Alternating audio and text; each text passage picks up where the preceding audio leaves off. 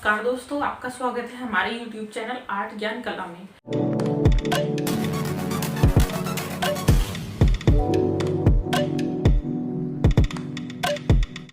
और मैं ज्योति चौहान आपके लिए लेकर आई हूँ प्रश्न उत्तर आपकी डिमांड्स थे। दोस्तों, जो ये हमारे टॉपिक कंप्लीट हो चुके हैं गुफा के, अब इसका जो लास्ट में कुछ विशेषताएं जो रह गई हैं वो मैं पढ़ाऊंगी, लेकिन उससे पहले मैं चाहती हूँ जितने भी टॉपिक मैंने अभी तक आपको कराए हैं गुफाओं से रिलेटिव, उनके प्रश्न उत्तर पहले मैं आपको करा दूं। तो अजंता के और जोगीमारा के प्रश्न उत्तर हमारे हो चुके थे। आज मैं लेकर आई हूँ आपके लिए बाघ गुफा से संबंधित प्रश्न उत्तर। बाघ गुफा से किस प्रकार से प्रश्न पूछे जाते हैं, किस प्रकार से घुमा फिरा कर प्रश्न आते हैं, वो मैं यहाँ पर लेकर आई हूँ। तो चलिए देखते हैं। सबसे पहला प्रश्न है, अजंता की किन गुफाओं के समकालीन बाघ की गुफाएं हैं? देखिए, ये प्रश्न एक तरह से ऐसे भी आ सकता है, बाघ की गुफाएं अजंता की किन गुफाओं के समकालीन हैं, मतलब इसको वो घुमा कर भी दे सकता है। तो आपको कंफ्यूज नहीं होना है, आपको अपने आप को इस तरह से प्रिपेयर करना है कि क्वेश्चन किस तरह से भी तोड़ मड़ोड़ कर आपके सामने रख दिया जाए, आपको उसका आंसर पता होना चाहिए। और ये तभी होगा जब आप अच्छे से रिविजन करके एग्जाम में जाएंगे। जितना अच्छा रिविजन होगा उतनी अच्छी आपकी तैयारी हो जाएगी और उतना जल्दी ही आप क्वेश्चन कर सकते हैं, उतना जल्दी आपको समझ में भी आ जाएगा। इसलिए देखिए, तो इसका ऑप्शन दिए हैं गुफा संख्या 3 और 4, गुफा संख्या 1 और 2, सी ऑप्शन है गुफा संख्या 26 और 27, और डी है इनमें से कोई नहीं। मैंने छोटा सा लिख दिया है, यहाँ पे दिख नहीं रहा आपको, लेकिन मैं बता देती हूँ, डी ऑप्शन है इनमें से कोई नहीं। तो अजंता की जो बाघ की गुफाएं हैं वो अजंता की गुफा संख्या 1 और 2 के ही समान यहाँ की गुफाएं हैं। तो आंसर में इसका बी टिक करेंगे, ठीक है। नेक्स्ट है, किस शैली का प्रभाव बाघ के चित्रों पर दिखाई देता है? तो ये मैंने शैली दी है, तो इसमें से किन शैलियों पर बाघ के चित्रों का प्रभाव दिखाई देता है? या फिर प्रश्न ऐसे आ सकता है, ऐसी कौन सी शैली है, निम्नलिखित में से ऐसी कौन सी शैली है जिसका प्रभाव बाघ के गुफा चित्रों पर दिखाई देता है? मतलब देखिए, प्रश्न को वो लंबा करके देगा, आपको छोटा प्रश्न नहीं देगा। तो मैंने छोटा इसलिए लिखा है क्योंकि मेरा मेन मोटिव ये है कि मैं आपको किस तरह से समझा पाऊं, इसलिए मैं आपको क्वेश्चन को घुमा फिरा कर भी बताती हूँ जिससे आपको समझ अच्छे से आ जाए। तो देखिए, किस शैली का प्रभाव बाघ के चित्रों पर दिखाई देता है, या निम्नलिखित में से ऐसी कौन सी शैली है जिसका प्रभाव बाघ के गुफा चित्रों पर दिखाई देता है?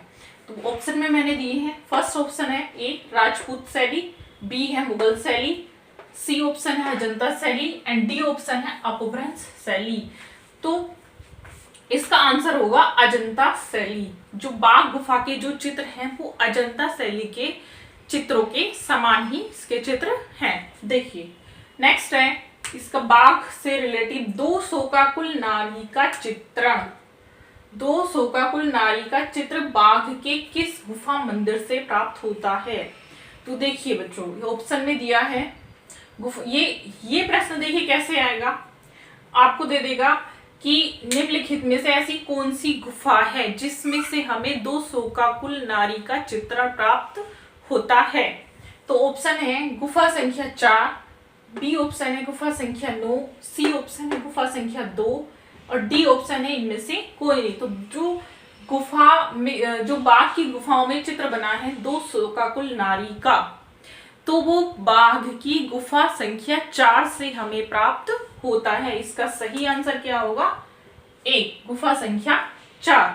देखिए बच्चों, जो मैं आपको यहाँ पढ़ा रही हूँ वही मैं अपने बच्चों को क्लास में पढ़ाती हूँ, बस फर्क सिर्फ इतना होता है कि उनको एक दिन में थोड़ा ज्यादा पढ़ा देती हूँ।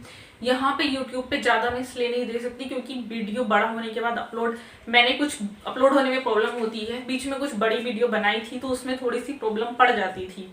इससे क्या होता था कि आपके पास प्रॉपर डेली मेरी वीडियो नहीं जा पाती थी, इसलिए मैं थोड़ा सा उसको मैंने समय कम कर दिया है। बाकी मेरा ऐसा नहीं है, जैसे कुछ टीचर्स मैं देखती हूँ, मुझे नहीं पता था इस चीज़ के बारे में, लेकिन कुछ बच्चों ने ही मुझे बताया कि कुछ टीचर अपने नोट्स तक सेल करते हैं। मैं उनसे ये पूछना चाहती हूँ, आप नोट्स सेल क्यों कर रहे हैं? क्या आप पढ़ाना नहीं जानते हैं? जब आपको पढ़ाना आता है, आपने बुक्स लिखी है, तो फिर नोट्स सेल करने की क्या जरूरत पड़ गई? बच्चों को आप नोट्स सेल क्यों कर रहे हो? इसको क्यों बिजनेस बना रहे हो? पढ़ाई को बिजनेस नहीं बनाएं। एक गुरु ज्ञान बांटने के लिए होता है, बिजनेस बनाने के लिए नहीं होता है। तो इसको बिजनेस ना बनाएं। और मैं उन बच्चों से भी यही बोलूंगी कि आप बुक्स पढ़िए, अच्छी सी अच्छी बुक्स पढ़िए। नोट्स पर क्यों फोकस करते हैं? क्या नोट्स और बुक्स में अलग अलग लिखा होगा?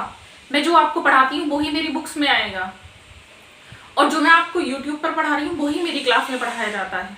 फर्क सिर्फ इतना होता है कि यूट्यूब पर सिलेबस पूरा होने की कोई गारंटी नहीं होती है। क्लास में सिलेबस भी होगा और सिर्फ उसमें आपका रिवीजन भी कराया जाएगा, ये मैं क्लियर आपके सामने बोलती हूँ। लेकिन कुछ लोग आपसे क्लियर नहीं बोलते, सामने कुछ होते हैं पीछे कुछ होते हैं। जैसे नोट सेल करने का एक बिजनेस बना लिया है। अरे बच्चों, नोट्स सेल करने की, आपको नोट्स लेने की क्या जरूरत है? और मैं उन टीचर्स से भी कहना चाहूंगी, आप बच्चों को पढ़ाइए, उनसे डबल डबल इनकम क्यों ले रहे हैं? उनसे पूछिए। कुछ बच्चे ऐसे होते हैं, मैं देखती हूँ, पता नहीं फॉर्म भरने के लिए कैसे कैसे करके तो वो पैसे जुटा पाते हैं, और वो आपको ट्रिपल करके पैसे कैसे पेमेंट करेंगे? पहले वो नोट्स के लिए पैसे इकट्ठे करेंगे, फिर आपकी बुक्स के लिए इकट्ठे करेंगे, फिर आपकी कोचिंग के लिए इकट्ठे करेंगे। तो ऐसा ना करें। और मैं उन बच्चों से भी कहना चाहूंगी कि इस चक्कर में ना पड़ें, नोट्स के चक्कर में। जो भी पढ़ना है अच्छी सी बुक खरीदिए, अच्छी से अच्छी लाइब्रेरी में जाइए, लाइब्रेरी में जाकर बुक खरीदिए। और ड्राइंग का तो सबसे अच्छा है कि आप इतना समय इतना पैसा नोट्स खरीदने में वेस्ट कर रहे हैं, सबसे अच्छा है म्यूजियम में जाइए, संग्रहालय में जाइए, वहां जाकर चित्रों को अपनी आंखों से देखिए। जो आपके नियर बाई है उनमें तो जा ही सकते हैं आप, अगर अलग नहीं जा सकते तो उनमें से देखिए, उनमें चित्रों में जाकर जिनकी जानकारी प्राप्त करिए, उनसे ज्यादा आपको अच्छा ज्ञान प्राप्त हो जाएगा। और किसी अच्छे गुरु के पास जाइए जो आपको पढ़ा सके। मैं ये नहीं कहती आप मेरे पास ही आइए, आपके नियर बाई जो भी आपको अच्छा सा पढ़ा सके या जिसकी अच्छी बुक्स हो उनसे पढ़िए। इस टाइम तो गूगल है, विकिपीडिया है, इतना अच्छा ऑप्शन आपके पास है, उस पर जाके जानकारी लीजिए। क्यों नोट्स के चक्कर में पड़े हैं? ये सिर्फ एक बिजनेस है और कुछ नहीं है। मैं इसको बिजनेस मानती हूँ और ये कुछ नहीं है इसके अलावा। क्योंकि अगर नोट्स लेकर ही पढ़ना है तो किताबों की क्या जरूरत है? किताबें बेकार हैं, फिर तो वेस्ट है। उनके लिखने का क्या मतलब है? उनके सेल करने का क्या मतलब है? फिर तो किताबों का बंद कर देना चाहिए, किताबें नहीं खरीदनी चाहिए। तो मैं आप सबसे यही कहना चाहूंगी बार बार, नोट्स के चक्कर में मत पढ़िए, बुक्स से पढ़िए। अगर नोट्स की जरूरत पड़ रही है तो बुक्स मत लीजिए। इतना सारी चीजें आप लेंगे, इतना पैसा क्यों वेस्ट कर रहे हैं? एक चीज पर फोकस करिए, क्लास लीजिए, बुक्स लीजिए, और जो क्लास में पढ़ाया जा रहा है वही लोग आपको नोट्स देंगे जो पढ़ा रहे हैं। उनसे अदर पेमेंट करने की कोई जरूरत नहीं है। चलिए आगे देखते हैं। पंच पांडव के नाम से किस गुफा को जाना जाता है? देखिए, ये इस तरह से भी आ जाता है कि पंच पांडव गुफा कौन सी है, पंच पांडव के नाम से कौन सी गुफा को जाना जाता है। तो ये जब मैं आपको टॉपिक पढ़ा रही थी तब भी मैंने आपको समझाया था। तो इसके ऑप्शन देखिए, ऑप्शन नंबर 1 है बाघ गुफा, बी है एलोरा, सी है अजंता और डी है एलिफेंटा। तो इसमें से पंच पांडव के नाम से जो गुफा जानी जाती है वो है बाघ गुफा। इसका राइट आंसर होगा ए। नेक्स्ट है 5, बाघ गुफा की प्रतिलिपियां कहाँ सुरक्षित हैं? तो ये बहुत जरूरी होता है। जो भी आपको टॉपिक पढ़ाया जा रहा है कला से रिलेटेड, चित्रकला से रिलेटेड, तो उसके चित्र कहीं ना कहीं सुरक्षित होते हैं। तो वो चित्र कहाँ सुरक्षित है आपको ये जानना बहुत जरूरी है, इसलिए मैं ये प्रश्न लेकर आई हूँ। देखिए, बाघ गुफा की प्रतिलिपियां कहाँ सुरक्षित हैं?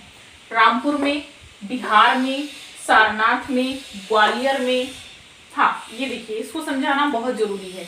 तो इसकी जो प्रतिलिपियां हैं वो ग्वालियर में सुरक्षित हैं। आपको ऑप्शन में इसके आगे ये नहीं दिया होगा दुर्ग के पुजारी महल में।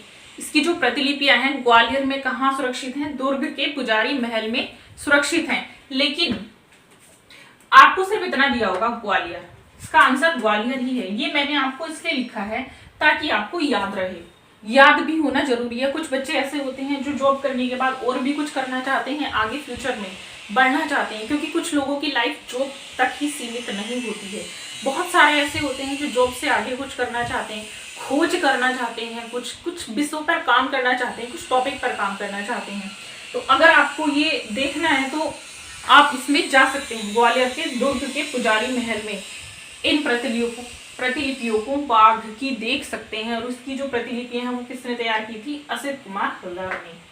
देखिए, नेक्स्ट प्रश्न है हमारा, बाघ गुफा के चित्रों में कौन सी तकनीक उपयोग में लाई गई थी?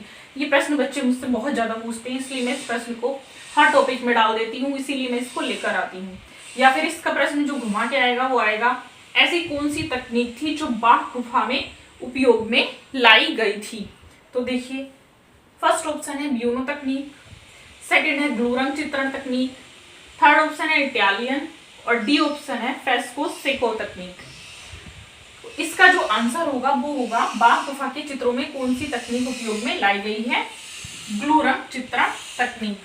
तो ग्लू रंग जो चित्रण तकनीक थी वो एक ऐसी तकनीक थी जिसमें गोंद को मिश्रित किया जाता था, मतलब गोंद को मिश्रित करके, मैं यहाँ पे लिख देती हूँ ग्लू रंग, गोंद मिश्रित रंग होते थे, गोंद मिश्रित रंग। रंगों को चिपकाने के लिए ग्लू का या गोंद का उपयोग किया जाता था। ये टेक्निक आज भी कुछ लोग यूज करते हैं कुछ जगहों पर कि ग्लू रंग यूज कर लेते हैं रंगों को चिपकाने के लिए। जो घर के रंग बनाते हैं, होममेड जो रंग बनाते हैं, जैसे कुछ बच्चों को मैं देखती हूँ, हमने भी बनाए थे जब हम पढ़ते थे, तो हम ये सारे उपयोग करते थे कि कैसे कैसे रंग बनाया जाएगा। जैसे घर में ब्लू कुछ कलर मिल गया, नील मिल गया, उसमें पेस्ट, उसमें हम लोग शुगर घोल लेते थे, उसको कोशिश करते थे कि वो चिपक जाए और वो चिपक जाता था। तो इस तरह से जो न्यू एक्सपेरिमेंट है वो हम लोग भी करते थे और वो सेम इस तरह की ही टेक्निक उस समय पर यूज की गई थी, जैसे गोंद मिश्रित रंग जो ग्लू रंग को मिलाकर यूज किए गए थे बाघ की गुफा में। तो दोस्तों ये थे बाघ गुफा के प्रश्न उत्तर। इसके बाद हम आपको नेक्स्ट टॉपिक से रिलेटेड प्रश्न उत्तर लाएंगे और उसके बाद नया चैप्टर स्टार्ट करेंगे। लेकिन इससे पहले अभी इसी चैप्टर से रिलेटेड कुछ और चीजें रह गई हैं, वो भी मैं लेकर आऊंगी। और जिन लोगों को मेरी ऑनलाइन क्लास लेनी है वो ले सकते हैं 9599670200 पर कॉन्टेक्ट करके। और लास्ट मेरा यही रहेगा, मैं आपको एक बात फिर से बोलना चाहूँगी, नोट्स से दूर रहिए, बुक्स से पढ़िए, टीचर से पढ़िए। इतना पैसा आप नोट्स में खर्च करेंगे, इतना पैसा एक टीचर को देकर जो आपको समझा सकता है अच्छे से, उससे जाकर पढ़िए और खूब मन लगाकर, मेहनत लगाकर काम कीजिए, आपको सक्सेस जरूर मिल जाएगी।